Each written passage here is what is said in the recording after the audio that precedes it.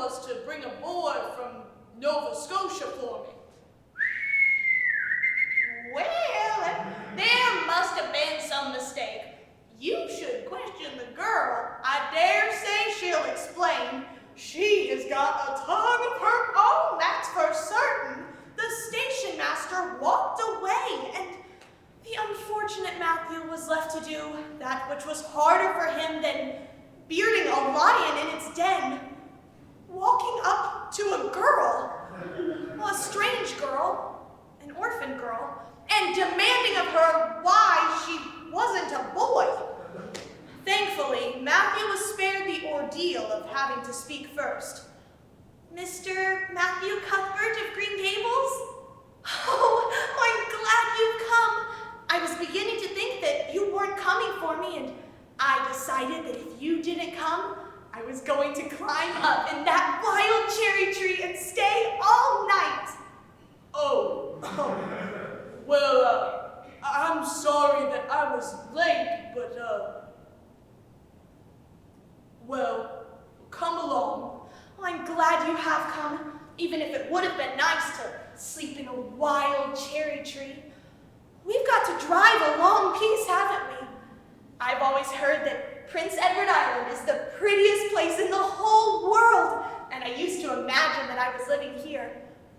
But these red roads are so funny. I asked Mrs. Spencer what made them red, and she said that she didn't know, and for pity's sake, stop asking so many questions.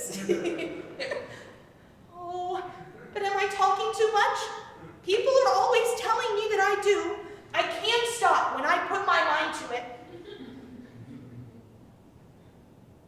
Although it's difficult. Oh, well, you can talk as much as you like. I don't mind. Oh, you and I are going to get along together just fine. Just now, I feel pretty nearly perfectly happy. I couldn't ever be perfectly happy because, well, what color would you call this? Well, now it's red, ain't it? Yes, it's red. Now you see why I couldn't be perfectly happy. No one ever could who has red hair. I can imagine that I have a rose leaf complexion and starry violet eyes, but I cannot imagine my red hair away. It is to be my lifelong sorrow. I read of a girl once in a book who had a lifelong sorrow, but it wasn't red hair. I'm glad to think of getting home. Oh, well now, there it is yonder. That's Green Gables. It all feels like it must be a dream, but it is real, and we're really almost home.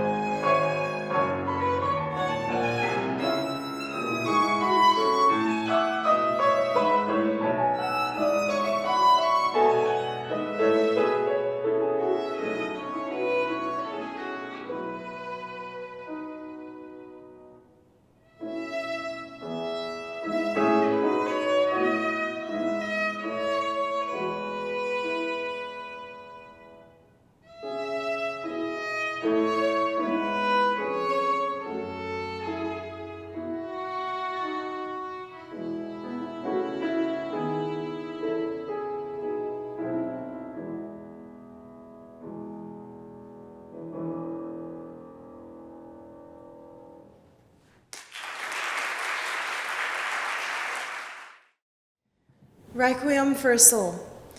Upon a scale, a soul that I hold dear hangs swinging, restless. Will the balance dive down to the left and mark her final year, or to the right and draw her back alive? I, living, plead for life and love, for right. The kind and cunning agonize and pray to gain an hour more before the night with her, who was their fellow in the day. But to the left, I watch the plates descend. I strive in tearful, mute debate to find a purpose or a providential end. Her soul has left a weight of grief behind. Yet need I know the end to yield control to him who keeps my heart and keeps her soul.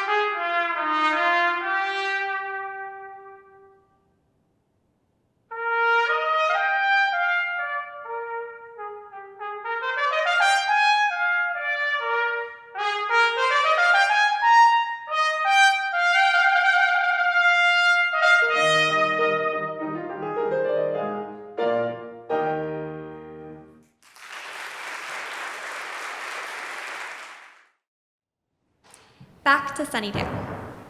When I said goodbye to Sunnydale County School 6 years ago, it was for good. Or at least that's what I thought. I was never coming back. I packed my few belongings and drove off in my dad's red Chevy. I was ready for the big city, for adventure. Besides, no one would miss me. Okay, almost no one. My car lurched forward as I hit a pothole, and hot vanilla latte sloshed all over my perfectly pressed dress. Oops. I had once read that 95% of making a good first impression was dressing appropriately. This wasn't a great start. I sighed. It wasn't just about the coffee. I'd graduated from the University of Georgia with an MS in counseling and psychology. My diploma even had summa cum laude etched in gold letters. Since a child, I dreamed of becoming a renowned counselor. I wanted to fix marriages, to help people. It had all started out so well. Everyone who knew me understood that I was an expert. Well, everyone except some middle-aged lady with 3-inch heels and bright red lipstick. We're looking for someone with more experience, she said. People just don't look for relationship advice from someone who's never been married.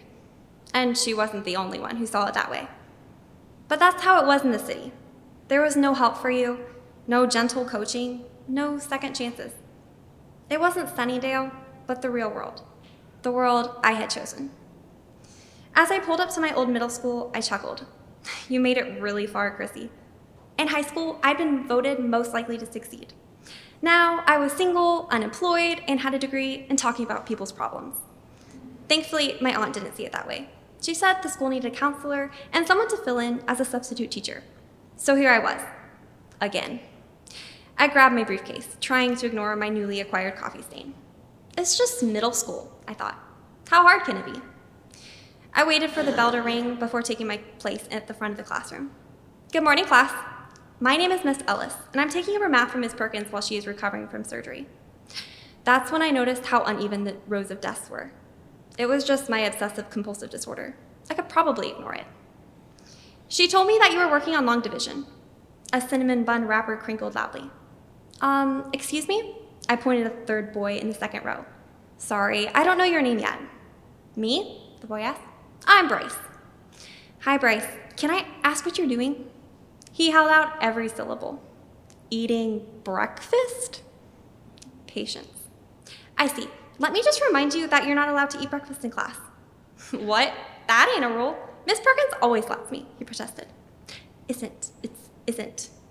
I understand why you think that, I said. In Human Behavior 203, I had learned to use the magic phrase, I understand why, when dealing with problems. But in the future, please finish your breakfast before class. Well, my mom said you can't do nothing on an empty stomach. He smiled, and a piece of sticky dough poked through his uneven teeth. I cringed. It would be better English to say anything rather than nothing. Bryce laughed. English? Oh, I ain't English, ma'am. I'm American, born and raised. Oh boy. I turned to the chalkboard and wrote the first problem in neat, even numbers. When I swung back around, my eyes instantly glided to the uneven rows. Today, we're going to start with the foot of each chair didn't line up with the one in the front of it. I couldn't take it. Everyone stand up, I announced. The students looked confused, but did what I asked. Okay, now I need everyone to make sure their chair is in line with the one directly in front of it. It's fine. It's going to be fine. Some of the students made a face. Others just shrugged their shoulders in confusion. Bryce laughed. As the kids attempted to push their desks into a straight line, he cupped his hand over his mouth and whispered to the girl next to him. It's called OCD. The girl rolled her eyes. Bryce, I said, believe it or not, 82% of people learn better in an orderly environment. He shrugged. Not me. I barely heard him because of a loud noise that sounded like thunder coming from the next door. Okay, maybe thunder was a bit of an exaggeration, but it sounded like someone was drilling right through our wall. Please turn in your textbooks to page 109, I said. The loud noise continued, making it impossible to think. I set the math book down. Class, I'll be right back. I tried not to sound flustered, but I could feel my cheeks burning. I walked down the hall to the next room and threw the door open. Excuse me. There was only one person in the room. He turned off his power tool and slowly raised his safety goggles. He looked confused, but I didn't care. I'm Christina Ellis, and I'm teaching right next door, and Chrissy? I froze. Chrissy. I hadn't been called that in a long time. And then I saw it. Tommy Baker, the boy with messy hair who had never understood the meaning of tucking in your shirt. The boy who asked me to the high school Harvest Fest 13 times before I finally said yes. And the one person who cried on the day I ruled out of Sunnydale County for the last time. Almost the last time. Sometimes life doesn't always work out exactly the way we've planned. In his poem Birches, Robert Frost writes about someone who fantasizes what their life could have been while reflecting on what it actually was. When I see birches bend from left to right across the lines of straighter, darker trees, I like to think some boy's been swinging them. But swinging doesn't bend them down to stay as ice storms do. Often you must have seen them loaded with ice, a sunny winter morning after the rain. They click upon themselves and turn many-colored as the stir cracks and crazes the enamel. Soon, the sun's warmth makes them shed crystal shells, shattering and avalanching on the snow crust, such heaps of broken glass to sweep away you'd think the inner dome of heaven had fallen. They are dragged to the withered bracken by the load, and they seem not to break. Though once they've bent so low for long, they never right themselves. You may see them in the woods, years afterwards, trailing their leaves on the ground like girls on hands and knees, tossing their hair over their head to dry in the sun. But I was going to say, before Truth broke in with all her matter-of-fact about the ice storm, I should prefer to have some boy bend them, as he went in and out to fetch the cows. Some boy too far from town to learn baseball, whose only play was what he could find himself summer or winter, and could play alone. One by one, he subdued his father's trees, by writing them down over and over again until not one but hung limp, not one was left for him to conquer. He learned all there was to learn about not launching out too soon, and so not carrying the tree away clear to the ground. He always kept his poise, even to the top branches, climbing carefully with the same pains you would use to fill a cup up to the brim and even above the brim. Then he flung outward feet first with a swish, riding his way down through the air to the ground. So was I once myself a swinger of birches. And so I dream of going back to be. It's when I'm weary of considerations, and life is too much like a pathless wood where your face burns and tickles with cobwebs broken across it, and one eye is weeping from a branch's having lashed across it open. I'd like to get away from earth a while, and come back to it and begin again. May no fate willfully misunderstand me and half grant what I wish and snatch me away never to return. Earth's the right place for love. I don't know where it's likely to go better. I'd like to go by climbing a birch tree and climb black branches up a snow-white trunk toward heaven till the tree could bear no more, but dipped its top and set me down again. That would be good, both going and coming back. One could do worse than be a swinger of birches.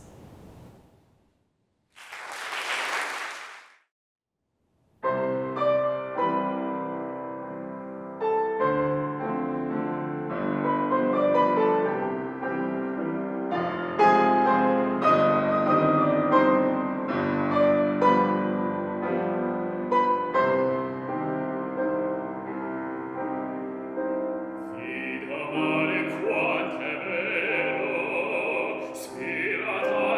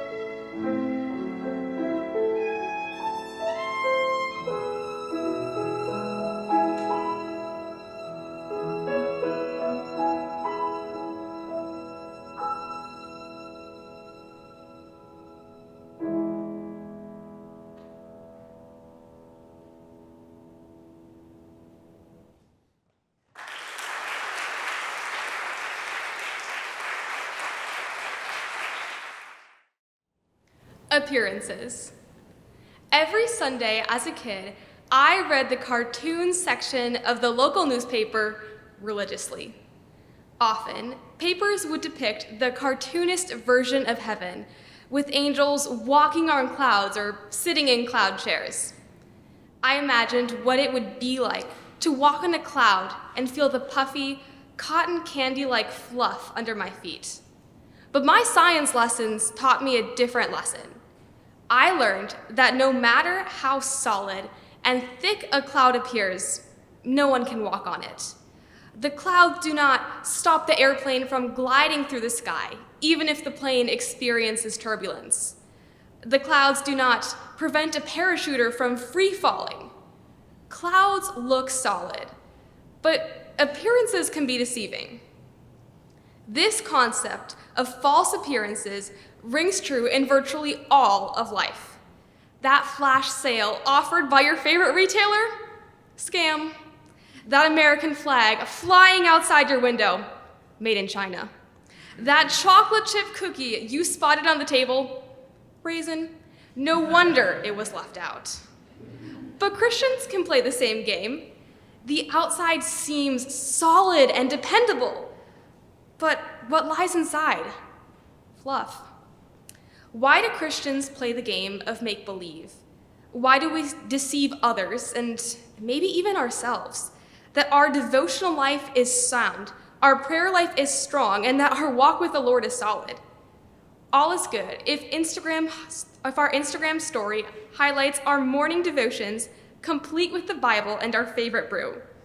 But inside, we slowly disintegrate as the fairy tale picture of the perfect Christian life melts away. Often, Christians hide their struggles because opening yourself up is risky business. In a curated culture of the highlight reel, we avoid the mess. Everyone hides his struggle because everyone else does the same. We fear that others will walk away if they see what lies beyond our appearances. We sugarcoat the hard. We exchange true accountability for shallow encouragement and hollow victories. But like that fluffy cloud you could easily fall through, a storm starts to swirl inside. This storm threatens to erupt at any moment's notice. This storm is brought on by 1,000 times of saying, "I'm fine," when we're not. This storm is brought on by fears and failures and disappointments. Over and over and over again, we try to cover up our storms and push them away.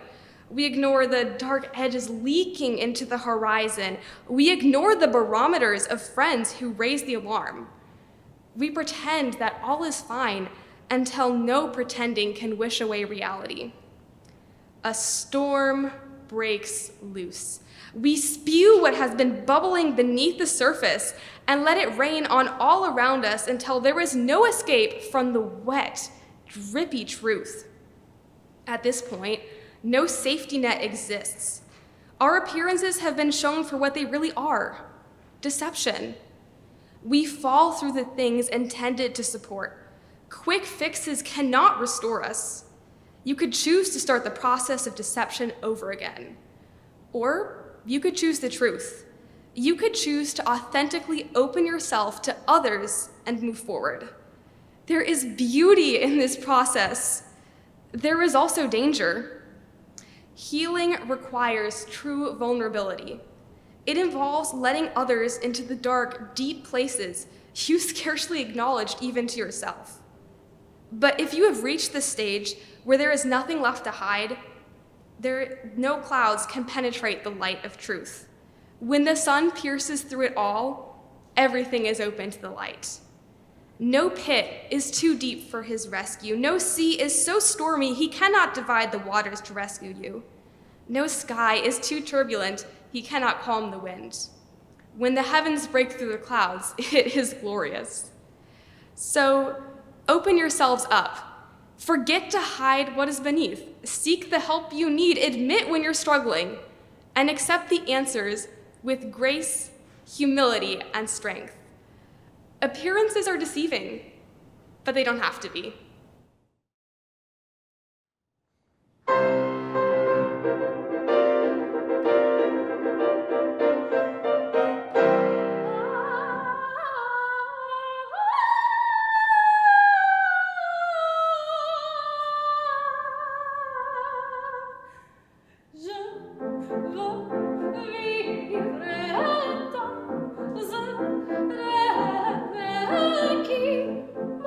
Qui m'ennuie.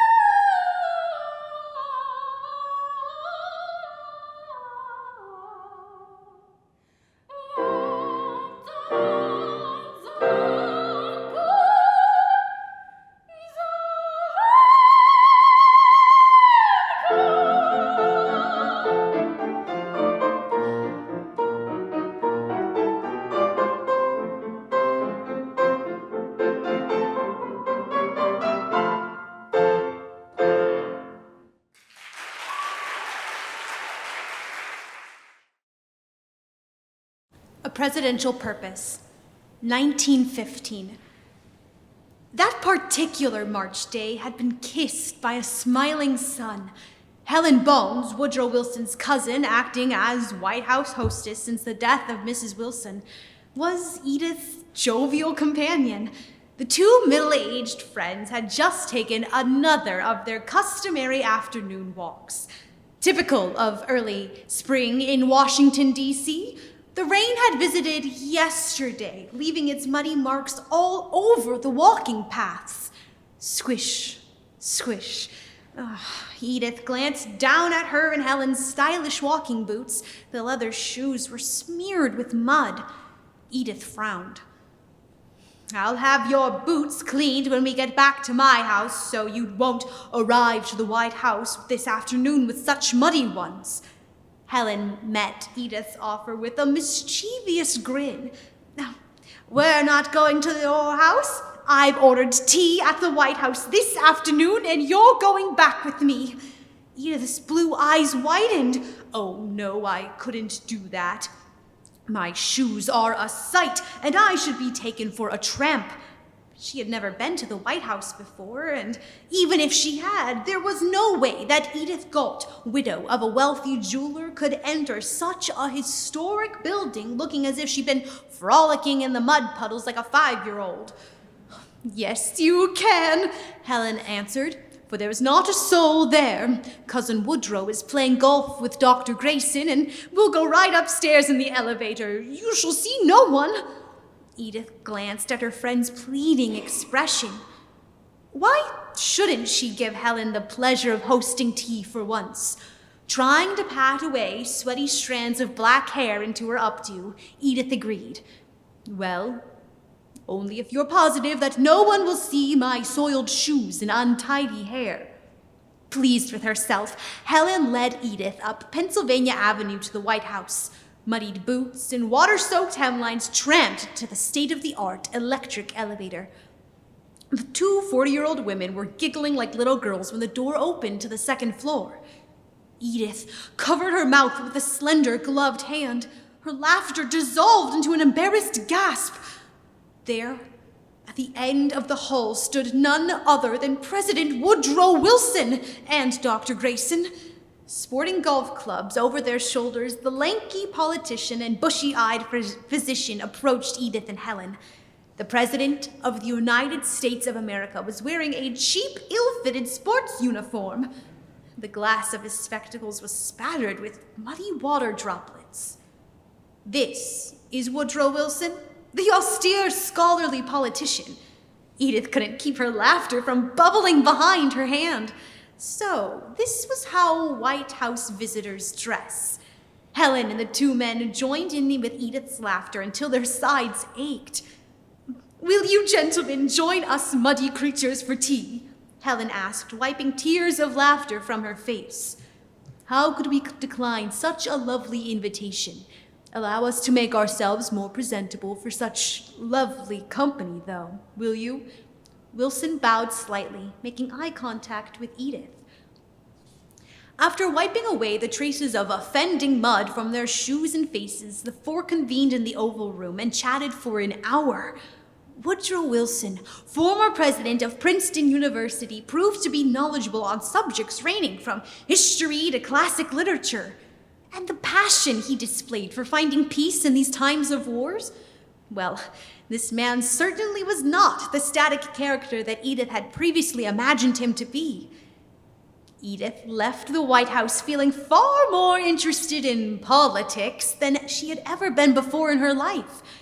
Edith and Woodrow became engaged just 4 months after their courtship. However, the aftermath of World War I cast a dark shadow over their marriage. America was confused and angry. Woodrow poured every bit of his mental and physical being into creating a peace for his people. The president's mission became Edith's purpose. She traveled via train across the United States with him, rallying to gain support for the League of Nations. The journeying was taxing on Woodrow's health. Woodrow suffered a stroke that left him partially paralyzed and blind. For the remainder of his presidential term, Edith ensured that Woodrow would encounter no political problem that could further jeopardize his fragile health. Her purpose had been to keep him alive and well. 1924. Edith had always felt that if her home on 2340 South Street in Washington was the most serene, cozy place in the world, she and Woodrow had lived there since their presidency had ended in 1921. Within the walls of this brick, two-story home, Edith and Woodrow had closed themselves off from the realm of politics. No longer shouldering the burdens of a nation, they were able to enjoy their quiet company of each other and their closest friends.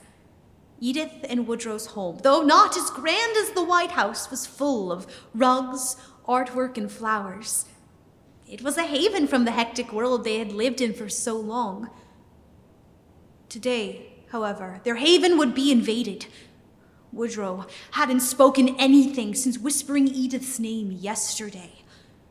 Though Dr. Grayson had not told her so, Edith knew Woodrow would die on this frosty February morning. As Woodrow's breathing grew dangerously shallow, Dr. Grayson approached the bed to check the former president's pulse. The comfortably furnished room did little to ease the tension that Edith felt in her whole body as Dr. Grayson placed his index and middle fingers against Woodrow's bony neck. She gasped as Dr. Grayson's professional stare crumbled into regret. The good doctor slowly lifted his fingers from Woodrow's neck and gave Edith a sympathetic, regretful shake of the head. Woodrow's spirit had left her world. Edith screamed an agonizing cry. "Woodrow, I need you. You can't leave me." She begged, still clutching his lifeless hand. Death had stolen yet again one of her purposes. Her husband's body made no response to Edith's tearful entreaties.